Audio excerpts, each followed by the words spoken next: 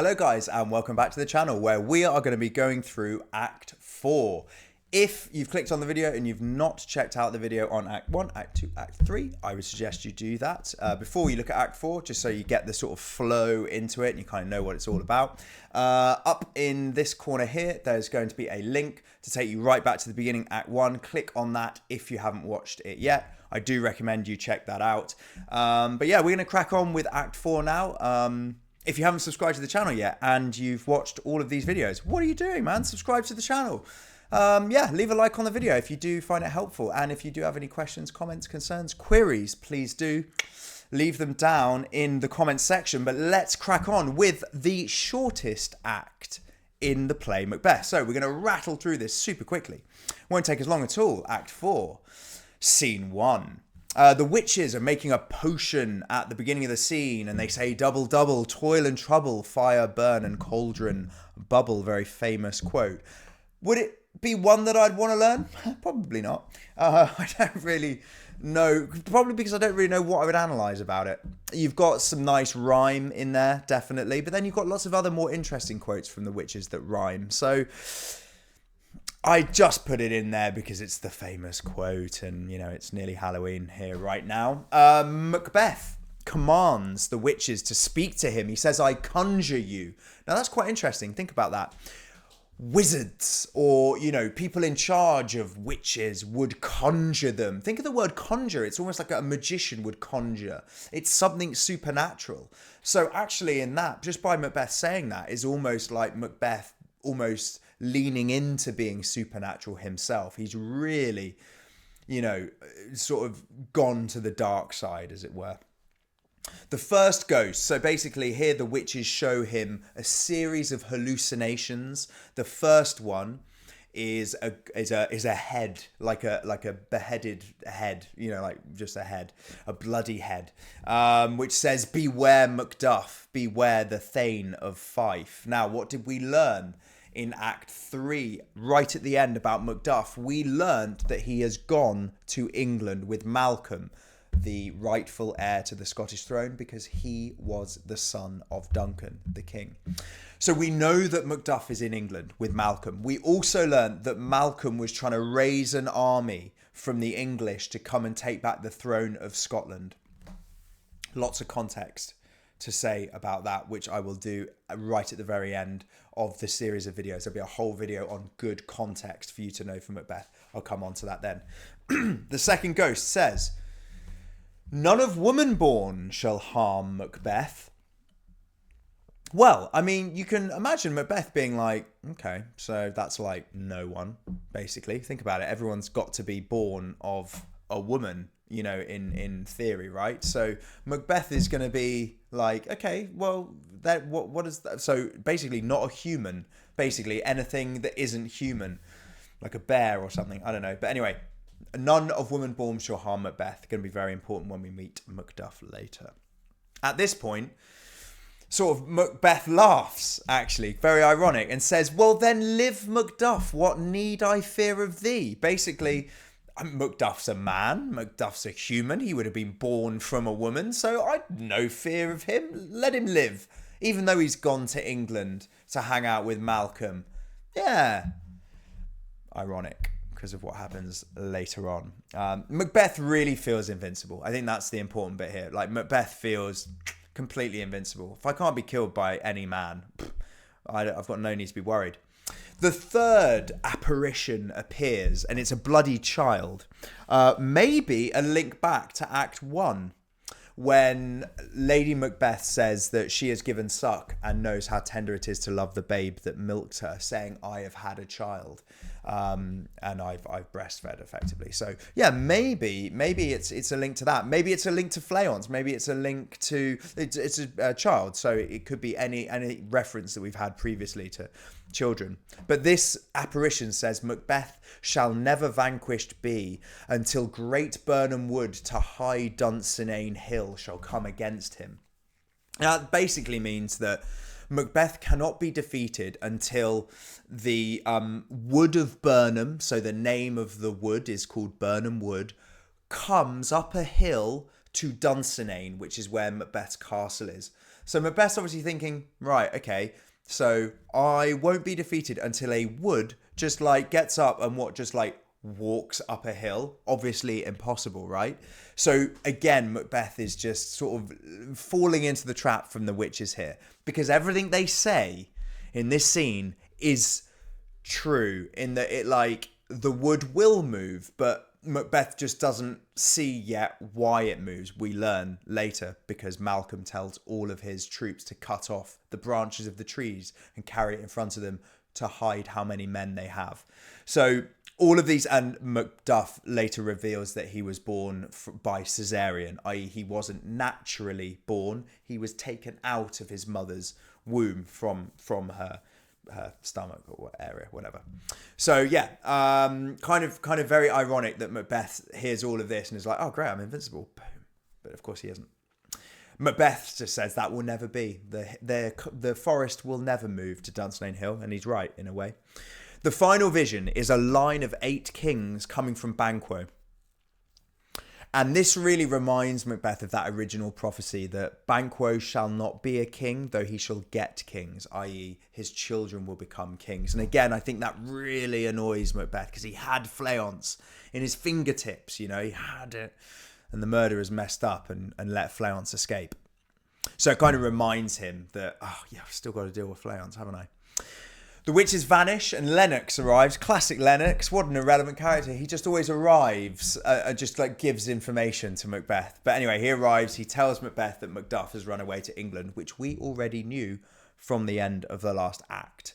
But now Macbeth hears that Macduff has run away. And he's pretty annoyed about that. He says, the castle of Macduff I shall surprise. Give the edge of the sword to his wife, his babes, and all unfortunate souls that trace him in his line. Basically saying, I'm going to kill everyone related to Macduff. Now, remember what I said at the end of Act 3 about Macbeth starting to be called a tyrant? This is classic tyrant behaviour, which is basically, I'm going to rule through fear and death. And that's exactly what he's doing here. Scene 2. Ross. So Ross is one of those Thanes that we've seen a lot throughout the play. One of the Thanes, he is on Macduff and Malcolm's side. And here he is warning Lady Macduff that Macbeth is probably going to come for her. He tells her that Macduff has fled Scotland and he's gone to join Malcolm, Duncan's son, in England, which basically makes him a traitor in a way, because Malcolm has been outlawed. Macbeth has outlawed him. You cannot come back to Scotland because Macbeth has said Malcolm killed the king. He's accused Malcolm. He said, Malcolm must have killed the king because he ran away afterwards. Obviously, we know that's not true, but that's just the way of Macbeth twisting the truth to try and retain power for himself. Lady Macduff is really angry at hearing this, that Macduff leaving, because she feels a sense of betrayal there. She's like, well, great, he's just left me. I'm just now left in this castle. I'm basically just going to be killed by Macbeth, which of course is what happens. And Lady Macduff says, well, he loves us not. And Ross is really sweet. They are related. They are cousins. And Ross tries to comfort her and just says, don't worry, it'll be all right. Obviously, it's not going to be all right. And then there's this really interesting scene between Lady Macduff and Macduff's son, very young son. And the son is incredibly intelligent. It's a bit of a boring scene. Like, you don't really need to know the ins and outs of it. But basically, Lady Macduff and the son are really presented in this scene as being very loving, very intelligent, very funny. They tell lots of jokes to each other. And think about that. Why has Shakespeare made them like that? Well, it's because it's going to make us sympathise with them more, because they're about to be savagely murdered by Macbeth's murderers. But anyway, Lady Macduff tells the son that Macduff has abandoned them, but they have a light-hearted discussion. They use the imagery of birds throughout their conversation, birds representing like freedom and innocence, which draws sympathy for them when they are killed. And that is basically what Shakespeare is trying to do. By having Macbeth go out and kill a child and a woman, he's trying to get us to hate him even more. So pretty much all of the acts that Macbeth does apart from Act 1 when he kills the rebel right at the very beginning in Scene 2, when we hear about that in Scene 2. Everything is designed to make us hate him even more. They're presented as loving and close so that their murder is made worse. The son is especially presented as being very smart, very cheeky. He says, was my father a traitor? Then the liars and swearers are fools. It's a very, very complicated scene because basically every line they say to each other is a metaphor. That's why I haven't really gone into a huge amount of depth with it here, because you're probably not going to write about it in an essay. You're certainly not going to use any quotes from their scene together in any essay. You will not get asked a question about Lady Macduff. Fact. A messenger arrives and warns them and says, you are in immediate danger. Macbeth is probably going to come. You should escape. You should get out of here. And Lady Macduff's a bit freaked out and is like, but where shall I go? What shall I do? And then the murderers enter. They're both killed.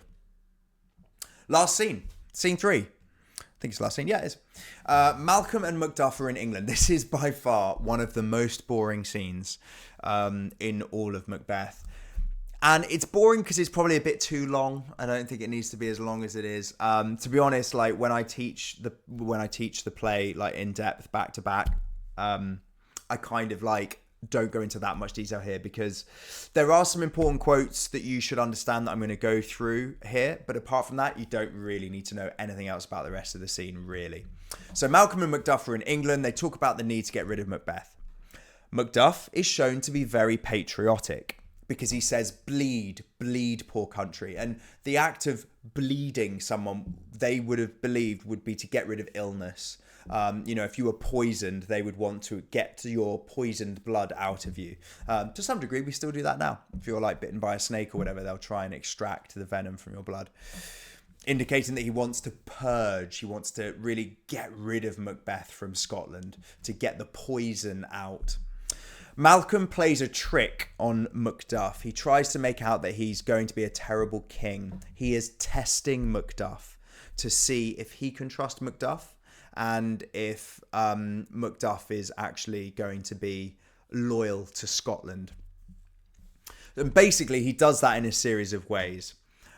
He basically tries to say that I am a terrible person. I do bad things. He says, I know all the particulars of vice. Vice being the opposite of virtue, which we've had seen used earlier on when it comes to Duncan. Malcolm says that he knows everything about vice, which is all about bad qualities in someone, basically saying I'm full of bad qualities. Malcolm says, your wives, your daughters couldn't fill up the cistern of my lust, meaning just like, I'm just in love with women all over the place and stuff like that, which would have been seen as a bad quality. He just gives himself all of these bad qualities just to test, to see how Macduff will react and whether Macduff will say, well, then I can't fight for you. You're not going to be a good king. But actually, Macduff doesn't do that. In fact, he tries to comfort Malcolm. Which means that he passes Malcolm's test. And basically, he says it was all a test and says, I am yet unknown to woman. Basically, I am still a virgin. So everything I said about, your daughters and your wives is all not true. Basically says, it was all a test. Don't worry, I'm actually quite a good bloke. Malcolm confirms that he has been given thousands of soldiers to fight Macbeth from Siward, who is the Earl of Northumberland, I want to say. Anyway, you don't need to know that. But anyway, we now know that Malcolm has an army. He's been lent an army by England to go and take back his throne. Ross brings the news that all Macduff's family have been, quote, savagely slaughtered. Nice bit of sibilance there to analyse, potentially.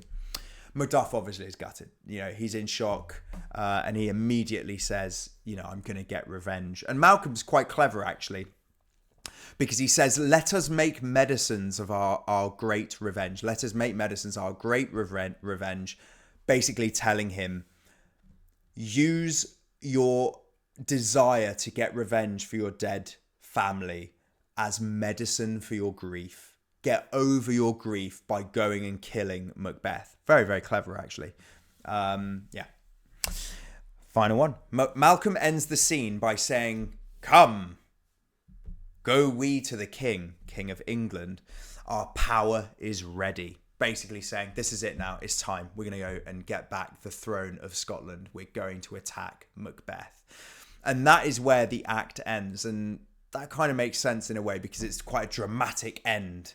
And now we know that there's going to be a big battle. So Shakespeare leaves us on a little bit of a cliffhanger there because maybe there would have been an interval, you know, a little 10-15 minute break where everyone's going to be talking about what's going to happen next. So structurally quite clever to end every act on a little bit of an exciting cliffhanger. And there we go, guys. That is Act 4 done. We've only got one act left, which is going to be coming up on the screen somewhere over here. You can click on that and go straight to it. And if you enjoyed the video, if you learned something, I say enjoyed it, I mean, it's like we're doing work, isn't it? It's not that enjoyable. But if you did find something helpful and you're not already subscribed to the channel, do me a huge, massive favor and please subscribe to the channel if you liked the video. Leave a like on it. And if you have any questions, concerns, comments, queries, whatever, leave them in the comment section. And I will see you, if you click on this over here, I will see you to do Act 5, the end of Macbeth. See you in a bit.